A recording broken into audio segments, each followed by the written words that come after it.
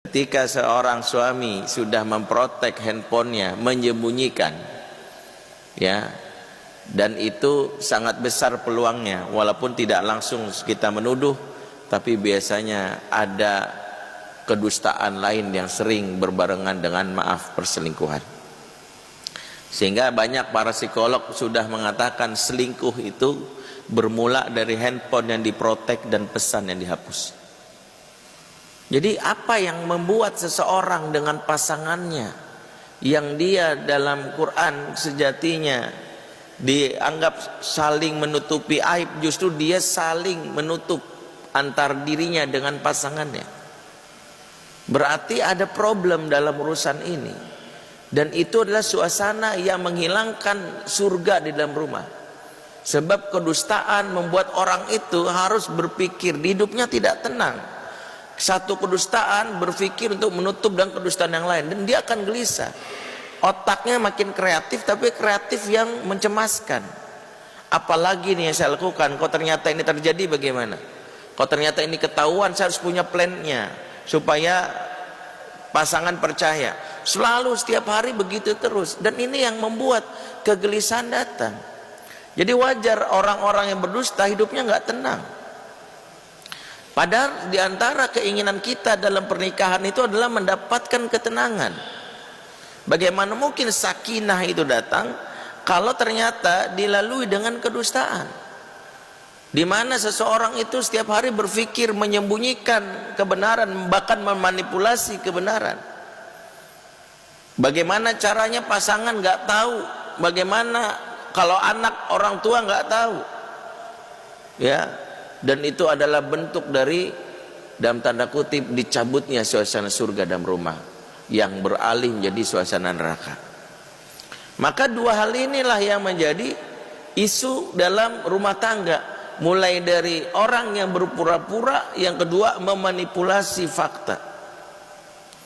Di antaranya anak-anak yang berdusta adalah anak-anak yang bisa jadi PR-nya justru ketika nanti dia berkasus di luar rumah, dan itu yang kadang membuat orang tua terkaget-kaget. Dan inilah yang mungkin menjadi awal dari suasana yang tidak menyenangkan. Kenapa? Kedustaan akan beriringan dengan saling curiga.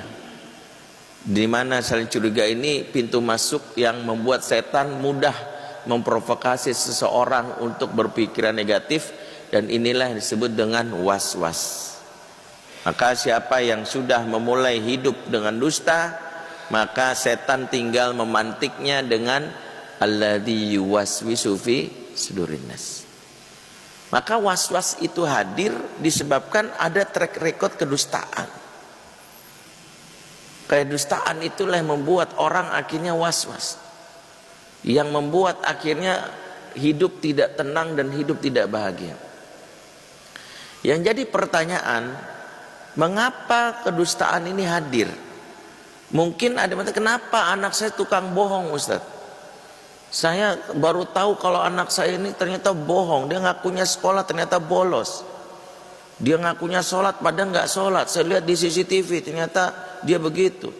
Bahkan ada seorang ayah yang sedih luar biasa. Anaknya di rumah berbusana muslimah berangkat ke sekolah, nyata di luar sekolah dicopot hijabnya, ngerokok. Mengapa bisa sampai segitunya? Mengapa pura-pura baik, bahkan menyembunyikan, bahkan memanipulasi fakta? Maka pahamilah ada 3 penyebab kedustaan yang ini dibahas oleh Imam Al-Ghazali. Dan itu menjadikan kalau kita mendidik anak atau bersikap dalam keluarga dengan 3 sifat ini, sangat mungkin kita akan mencetak banyak pendusta. Yang pertama adalah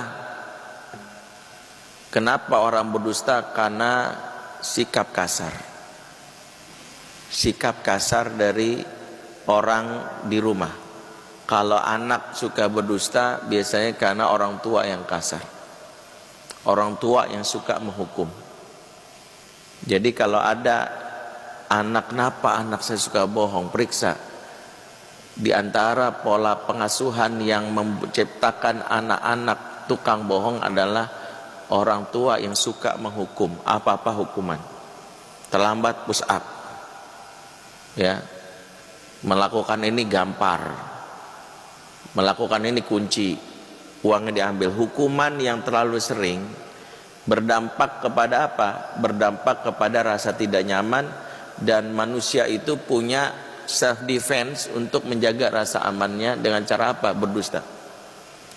Di antara nasihat Syekh Muhammad Basir Ibrahim Al-Jaziri, ya, ulama asal Aljazair yang merupakan pakar pendidikan, beliau mengatakan la taqrahu auladakum fa innahum yaj'aluna nifaq. Jangan kamu kasar sama anak-anakmu, keras sama anak-anakmu. Sikap kerasmu mencetak anak-anak munafik. Anak munafik itu yang bagaimana? Tadi yang suka bohong.